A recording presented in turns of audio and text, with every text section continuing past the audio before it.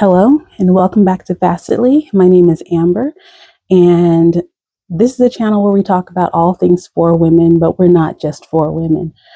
This topic today, I'm going to take a little bit of a detour away from perimenopause for just a little moment, but I do want to talk about marriage, the desire for marriage, and Christianity. And this is specifically for those women, whether you're a Christian or not, who maybe you've gotten into a point in your life where you're not married. You thought you would have been married by now, but you're not.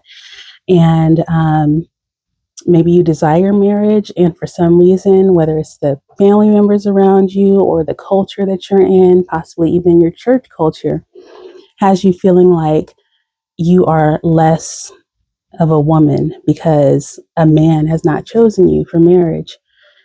Now, this is going to be very, very Bible based, okay? And what I want to do is I want to talk about some of the women in the Bible and how, even biblically, okay, this is going to sound a little interesting for some people, but just hear me out. Biblically, women's greatest accomplishments in the Bible, for the most part, did not focus on their marriage. Hear me out. Hear me out. So, for the next few videos, I want to talk about some of the women in the Bible that you may have heard of, or maybe you haven't heard of. And again, if you are not a Christian, if you're not a believer, I still want to be here to encourage you because some of these stories may also help you out. Now, I want to start with one woman in the Bible who really, in my opinion, isn't talked about enough. There are so many women, and we know their stories. We know Eve's story. We know Mary's story, of course, and Mary Magdalene. We know Martha's story, all these women. But I will tell you, as many times as I've been in a church service, I've never heard the name Deborah mentioned. Now, she has a smaller part in the Bible. She doesn't have a whole book written about her, and she doesn't come up over and over and over again in the Bible. But her story is quite interesting. And the reason why I want to talk about her first is because when you look at her story, everything that she was involved in and the reasons why she was actually highlighted in the Bible have nothing to do with her marital status. In fact, if I remember correctly, I'm not even 100% sure that it points out if she was married. Now, she probably was, because during that time, it was very important for women to be married, not for any kind of biblical or religious reasons, but because of the culture of the time. Women were unprotected. If you didn't live in your father's home, then you needed to be protected by some other male figure, some other, whether it was an older brother, an uncle, an older cousin, we see in one case.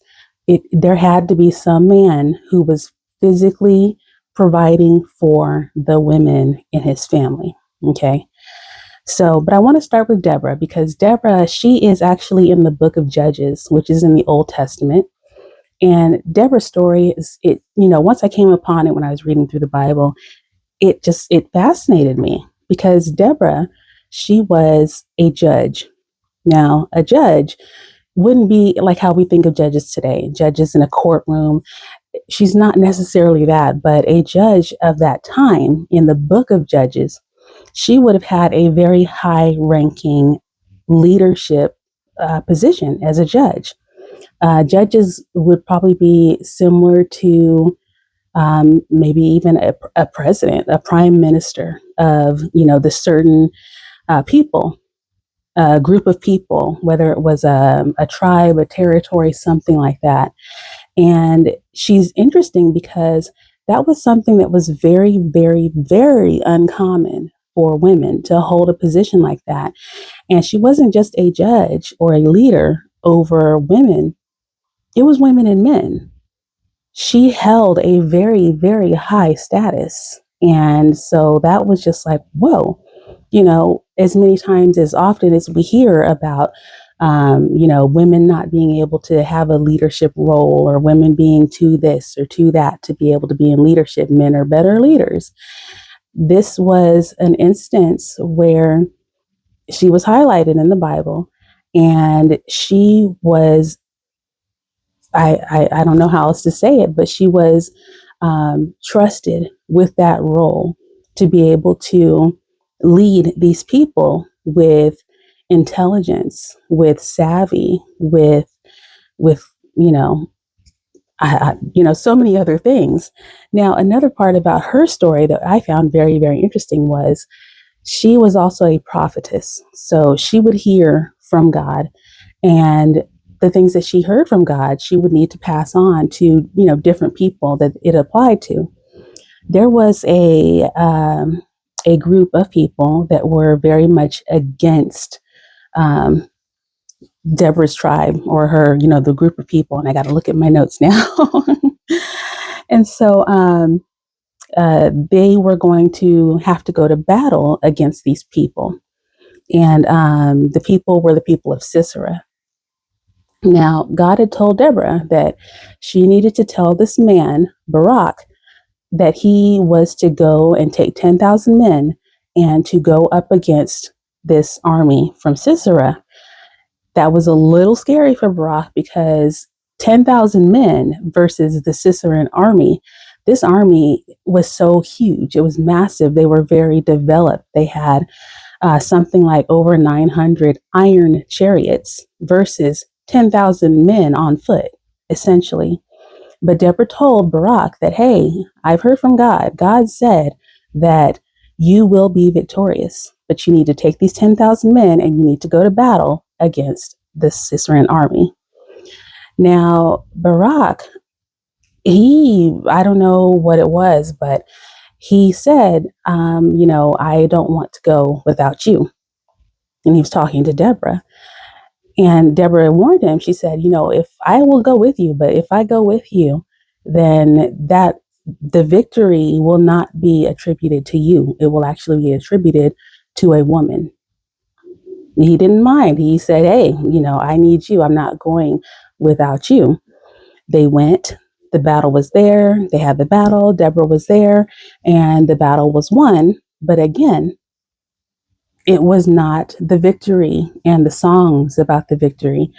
They were not about Barak and his valor or his courage. It was about a woman, and it had nothing to do with Barak. So for me, that showed that, okay, God had highlighted this woman and her story. It wasn't talking about how good of a wife she was. It wasn't talking about how good even of a mother that she was. This was about her leadership skills, about her faith, and about her ability to hear from God and to give those messages to other people, and also her courage to go into battle with a group of men who their leader was kind of a little bit on the iffy side, wasn't even sure that he wanted to go by himself. So Deborah's story is a really good one. I love her story. Now, another story that I really love, and this is going to kind of cross over both categories, is the story of Esther. And she is in the book of Esther. Esther is one of my favorite stories. I love the story of Esther. Now, Esther, she was a woman, and she basically, I believe she was orphaned.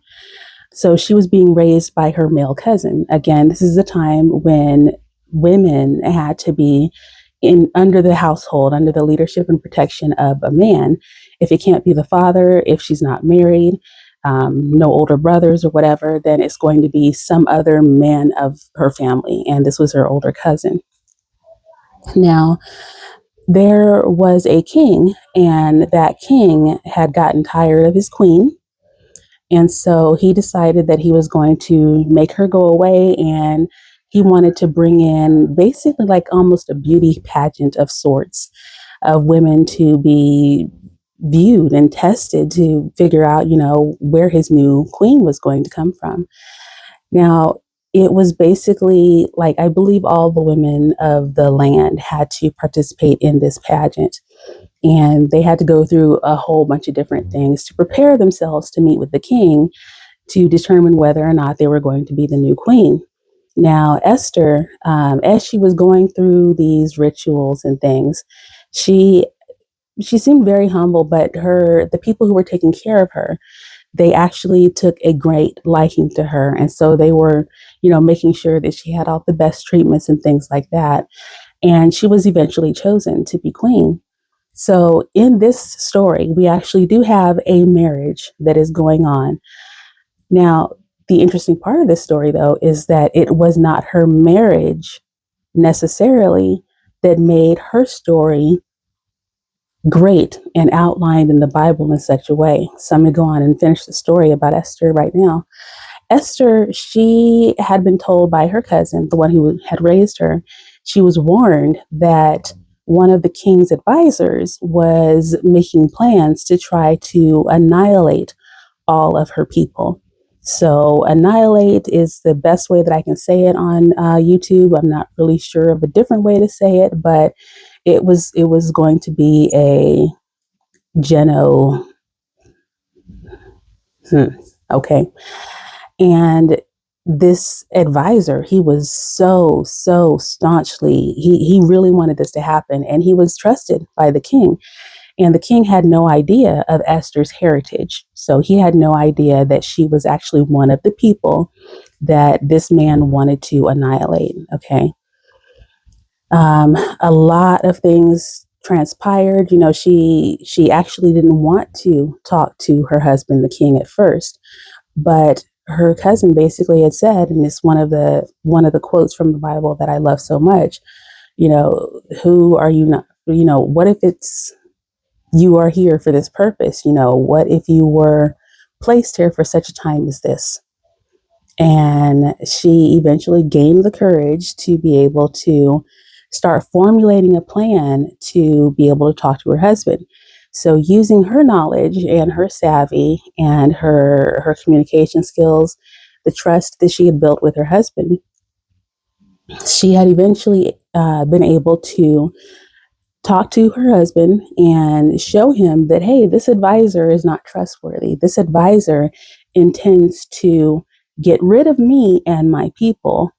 And so she saved her entire nation just because she was a queen in a position of leadership, of authority, and also a position of, just being able to be a place of safety for her people. So that story is really, that's, if you haven't read the book of Esther, read the book of Esther. And I actually have gone through a really, really exciting Bible study on the book of Esther. And that's when I really just fell in love with that story. So there's another woman who's um, mentioning, whose story in the Bible is not specifically focused on her marriage, her being a good wife, or just being married altogether. It had more to do with her savvy, her courage, her leadership, her ability to her intelligence, essentially, to be able to save her people. Another woman I wanted to talk about, and this one it's going to be a little bit shorter. This one is Miriam. Miriam is actually the sister of Moses. Now, Moses in the Old Testament, if you know anything about the Old Testament, or if you know anything about Moses, he was the one who basically was leading his people, the Israelites, from being captured and being, I don't know if I could say the word, but enslaved in Egypt. And he led them out of Egypt, and he was supposed to be leading them to the promised land. And so Moses, he didn't want to go by himself. He did have some issues with being courageous and being able to lead by himself. And so God sent his sister Miriam and also his brother, we're just talking about Miriam, with him. And so on that journey, Miriam served as a leader, a worship leader, essentially. She was the one who was writing the songs, singing the songs, leading the people in worship songs to God. And also she was considered a bit of a prophetess as well. So Miriam had some issues. Miriam did some things. She's not the she's not all clean, but nobody actually in the Bible is all clean. Nobody, not one person. But so there's Miriam, again, her story has nothing to do with marriage, has nothing to do with being a wife or a mother, but this is how she was reflected and how she was talked about in the Bible. And the last one I'm going to talk about today, although I'm going to have many more as these days go on. The last person I'm going to talk about today is actually going to be Rahab. Rahab is, and this will be another short one, but she was I can't think of how to, she was a sex worker. So back then they would have called them prostitute. I don't know how I can say all these things to make sure that I'm not going to offend the YouTube algorithm. But she was definitely, somebody who would have been considered really, I guess, I don't know, a woman, an ostracized person, a person who really would not have. I don't know how to put it, but she wouldn't have been, a Christ follower. They didn't use the word Christian back then. And she likely probably was not a Jewish person either, but she was very helpful to two spies who were trying to escape from their captors. Their captors wanted to find these two spies, and they wanted to get rid of them, permanently get rid of them. But they came upon Priscilla, and she promised that she would hide them in her home and that she would protect these two spies. And that is exactly what she did. She protected them. They were able to go on about their journey, and they were able to go on about their journey safely. But the one thing that she did ask of them, because she knew that there was going to be destruction that would be coming upon her town and the people who live there. But she told those spies, I've done you this good work. Would you please promise me that when destruction comes to my town, that it will not touch my family? And she was talking about, her parents and her siblings. And so they did help her, and they helped her family. And so she was able to save her family. And I believe she actually, in doing that, became somewhere in the lineage of Jesus Christ. She actually became part of his lineage. And so those are four women, just four. And, there are more that I'll be talking about in upcoming videos of women who their focus, their blessings in the Bible didn't come from just being married. And I feel and I'm just going to say this is my own opinion, this isn't written anywhere in the Bible, but what it tells me is that though God does ordain marriage and he sanctions marriage and he blesses marriage, marriage is not the only thing that a woman is going to be blessed through. It is not the only expectation of womanhood. Motherhood is not the only expectation of womanhood. And as women, especially women in the church, it's really difficult, especially as you're getting older, if you don't have, that ring on your finger yet. And you almost feel like an outcast in some cases, even if it's family, especially a lot of families. I'm an American. I don't have immigrant parents. My parents, they've been here as well. But I see so many stories of women who come from other countries where, again, that is something that is really, really emphasized. Where is your husband? When are you going to have grandbabies? That kind of thing. And so I just want to say, if you are feeling, especially as a Christian woman, if you are feeling a little bit less than, if you're feeling like you are not blessed by God, if you're feeling that, where's my Boaz, that type of thing. First off, I want to say I've been there too. I have. I'm 50 years old and never been married. And there have been times where I was really feeling really down on myself because I was thinking, what is it about me that, why can't I be married? And now I've gotten to the point where it's just like, if I get married, that's beautiful. That is a beautiful thing. I'm not against marriage. I'm not opposed to marriage. And if I don't, that's okay too. That is still a beautiful thing, because I have a a life that I am trying to make God, the center of, and I'm trying to speak out on different things that I believe God wants me to speak out on. If that does not involve having a husband in my life, then so be it. That is okay. So I just don't want you to feel like, if you have not gotten married yet, that there's something wrong with you as a Christian woman. There is nothing wrong with you.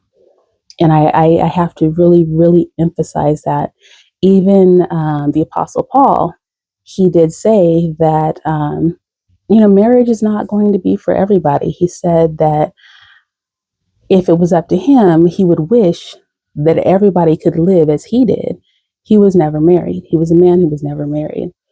And so if your pastor, your church body, if they are causing you to feel less than because you're not married, just remember these stories.